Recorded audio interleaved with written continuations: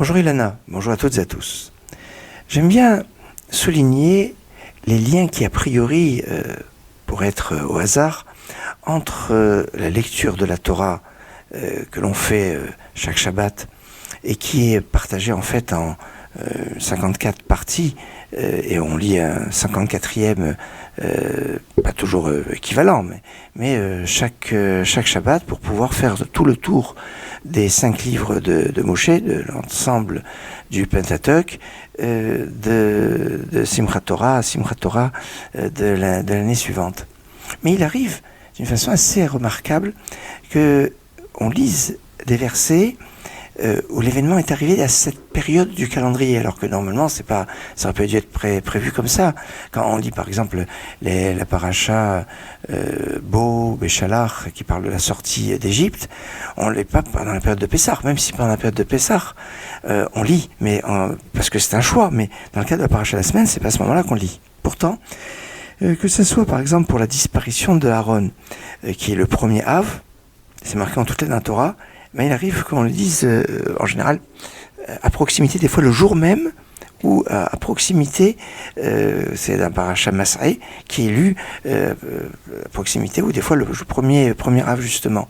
On retrouve cet aspect-là aussi sur l'inauguration du Mishkan, sanctuaire paracha Pekoudé, qui peut être lu des fois le Rosh Chodesh Nissan, c'est exactement ce moment-là que c'est arrivé. Et bien aujourd'hui, dans ce même esprit, nous sommes le 22 Sivan. Le 22 Sivan, c'est le jour où Myriam a été frappée de la lèpre parce qu'elle avait parlé contre son frère. Elle avait dit...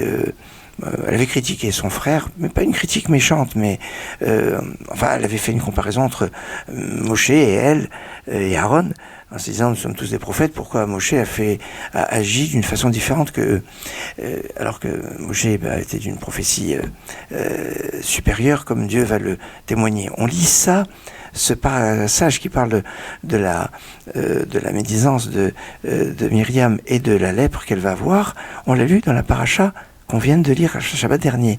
Et on sait qu'on est lié avec le Shabbat qui vient de passer jusqu'au mardi. Donc, puisqu'on peut faire l'Havdalah jusqu'au mardi, pratiquement. Et donc, ce qui correspondrait à Parashat Be'alotcha, ça c'est jusqu'à aujourd'hui. Et dans le calendrier, aujourd'hui, 22 Sivan, c'est le jour où c'est arrivé. Remarquable. Je voulais vous faire partager cette relation entre la lecture de la Torah et le calendrier. Excellente journée.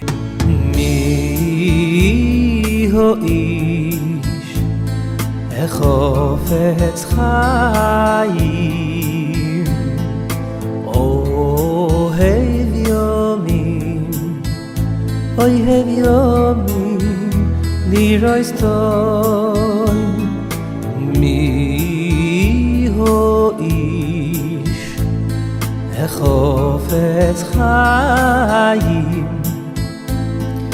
אוהב ימים אוהב ימים לירויס טוב נצויר לשוין חומרו וספוסךו מדבר מירמו סור מירו ועשתוי בקשולוי ורויתהו נצויר לשוין חומרו וספוסךו מדבר מירמו סור מירו ועשתוי בקשולוי ורויתהו